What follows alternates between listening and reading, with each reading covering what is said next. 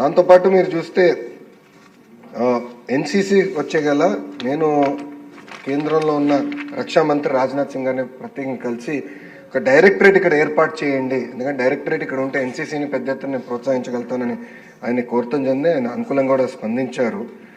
ఇది ఈ ప్రకారం మనం ఇప్పటి వరకు గవర్న్ అవుతా వచ్చామండి. ఏమైనా మార్పులు చేర్పులు చేయాలంటే ఈ జియో నంబర్ 88కి సవరణలు తీసుకురావాలి. ఇప్పుడు అవునన్నా కాదన్నా ఈరోజు స్కూల్ ఎడ్యుకేషన్కి వచ్చేగల 50% మంది పిల్లలు ప్రైవేట్ పాఠశాలల్లో చదువుతున్నారు. ఆ ఇంటర్కి వచ్చేగల అది కొంచెం స్క్యూ అవుతాం జరుగుతుంది. దానికి ముందర నా ఆలోచన ఏంటంటే ముందర ప్రభుత్వ పాఠశాలను బలోపేతం చేయాలి, ప్రభుత్వంలో జూనియర్ కళాశాలని బలోపేతం చేసి వాళ్ళకి పోటీ పడాలని లక్ష్యంతో మనం కొన్ని అనేక సంస్కరణలు తీసుకొచ్చాం. దాంట్లో భాగంగా కొన్ని చట్టాలు కూడా చేస్తాం జరుగుతుంది. ఇది ప్యారల్గా ఒక భాగం అయితే ప్రైవేట్ యజమాన్యంతో కూడా కమిషనర్ గారు టైం టు టైం మీటింగ్లు పెట్టుకుంటున్నారు. ఐ థింక్ ఫస్ట్ మీటింగ్ వచ్చే వారం పెట్టుకుంటున్నారు.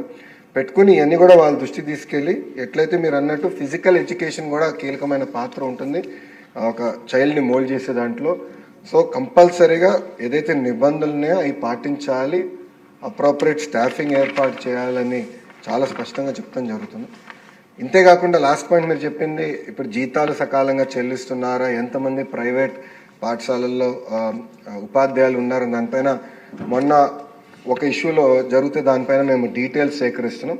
కొంచెం ఫీడ్బ్యాక్ వచ్చింది దానిపైన, అంటే వాళ్ళ పాన్ నంబర్ ఆధార్ నంబర్ ఇచ్చేదానికి అనుకూలంగా లేరంటే దాన్ని ఎట్లా చేయాలనే దానిపైన వచ్చే వారం ప్రైవేట్ యజమానితో కూడా కూర్చుని వాళ్ళకున్న సమస్యలతో పాటు ప్రభుత్వానికి ఎలాంటి ఇన్ఫర్మేషన్ కావాలి, అది ఎట్లా హోలిస్టిక్ ఎడ్యుకేషన్కి ఆ ఇన్ఫర్మేషన్ ఏదైతే అవసరం ఉందో అది తీసుకుని ఒక ఆన్లైన్ మెకానిజం ద్వారా చేయాలనే లక్ష్యంలో మన ప్రభుత్వం పనిచేస్తుంది.